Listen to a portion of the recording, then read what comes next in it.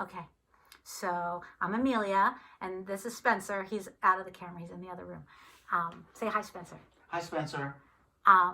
So this is the first video in our meditation series, and this is part 1 of 2 that is complete novice, complete beginner, complete review of why you meditate and what is it. So let's start with who is for. This video is really for either you've never meditated and really want to try it, or you've done it and either didn't like the instruction you got or just felt like it didn't work for you, want to try it again, or you think this is the stupidest thing ever and you're here for the yoga, but whatever, times are really sucky right now and you're willing to give it a try because nothing else seems to really be helping. So what is meditation?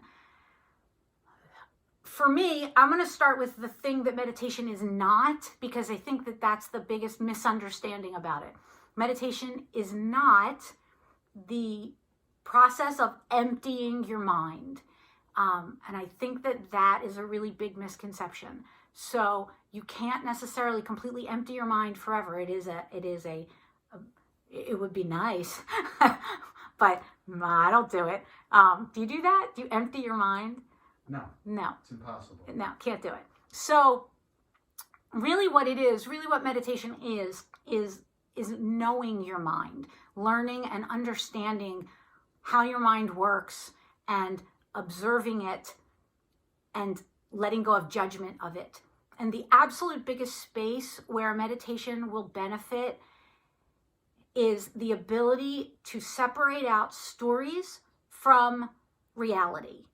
So stories that you tell yourself. I'll give you an example. Spencer is in the kitchen and he's cooking for us, and the trash can's getting really full. And I already know the trash can is full, and I'm in the other room getting dressed. And as I'm getting dressed, I'm telling myself in my head, I'm thinking, all right, I'm going to come in there for dinner and he's going to tell me to take out the trash. He's going to ask me to take the trash out. I don't want to take the trash out. It's raining outside and I don't want to do it. And in my head, without necessarily even realizing, I have an argument with him about taking the trash out. In reality, I'm still in the other room getting dressed and he's over there making dinner and we haven't said a word to each other. But I've got this whole fight going on in my head now.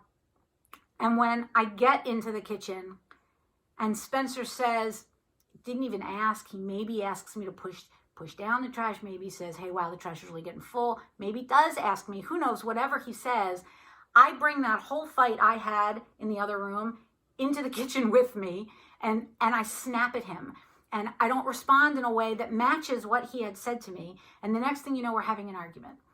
And I think that happens all the time. It happens like with your kids. You're just quicker to snap at your kids than you want to be, and some of it is the separation or the inability to separate the stories going on in your head with how you're feeling and with what's really happening. Another example are stories that are totally inside your own head and have nothing to do with anybody else, like you went for a walk and you got too close to somebody. You were maybe less than 6 feet apart and you didn't wear your mask and they didn't, and you said hello to each other. And you felt kind of good about it in the moment, but now you're sitting at home like, oh, what did I do? What did I do? I shouldn't have done that. I got too close. And your head starts spinning these stories about what now could be going wrong because you did this thing. And the next thing you know, you're someplace completely different and you're stressed and you're sick and you're all worked up. And you've lost the ability to separate what happened from how you're spinning out of control. So meditation is the absolute best way to stop that. And to be clear, it doesn't make it stop happening. It makes it so that you can recognize when it's happening and separate out the stories. There's a thing called monkey mind. Some people call it monkey mind and other people call it lizard brain. You'll hear both of those. The monkey mind is exactly that. It's the spinning out of control of stories that your mind starts doing. I always think of my spinning as spider webs, as one thought leads to another, which leads to another, and there's the tangent over here, and now I've got nothing to do with what actually is going on. So this is why you meditate. Over time, it's not so much that the stories stop happening, although they could reduce. That's possible for sure. But really, the biggest thing that happens is you'll start to tell yourself a story. Even if I use the same exact example, I'll be in the other room and I'll start telling myself some story about Spencer cooking and the trash can being full. And I'll catch myself before I even walk into the kitchen. I'll catch myself thinking, wow, that's totally a story. That isn't actually happening. And I'll let it go before I get into the kitchen, so I am more able to just listen to whatever he's saying and not bring a story into it. It's also great with your kids. You will absolutely notice after you start a meditation practice that you will freak out at your children less. That will just happen. You will snap less. And for that one reason, because they're always with you right now, it's valuable. So the last thing I'm going to say, we're going to make a second video, a separate video with actually how to do it. There are lots of different kinds of meditation, and I can do lots of different videos on each kind. I'm going to start with an absolute most simple, basic meditation. But first, I want to explain something for the people who are going to try it once and not think it does anything. I want you to think of meditation as mental exercise. It is not any different. It is like yoga in that it is a practice.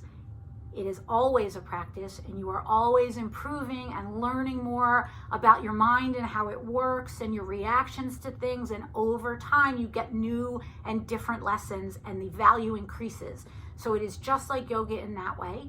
And it is just like being at the gym in the way that those of you who are gym rats know that you do not see any change at all if you start a whole new routine.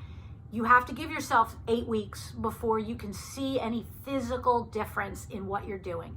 You could, and you just have to trust that it's working until you pass that point where you start to see physical changes. Meditation is exactly the same thing.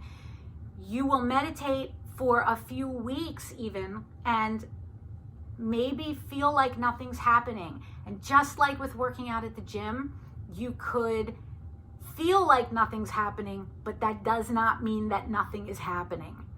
There's tons of stuff that's going on, and you are building your practice. So that's the biggest reason why I meditate, and I will show you in the next video a simple way to do it. Namaste.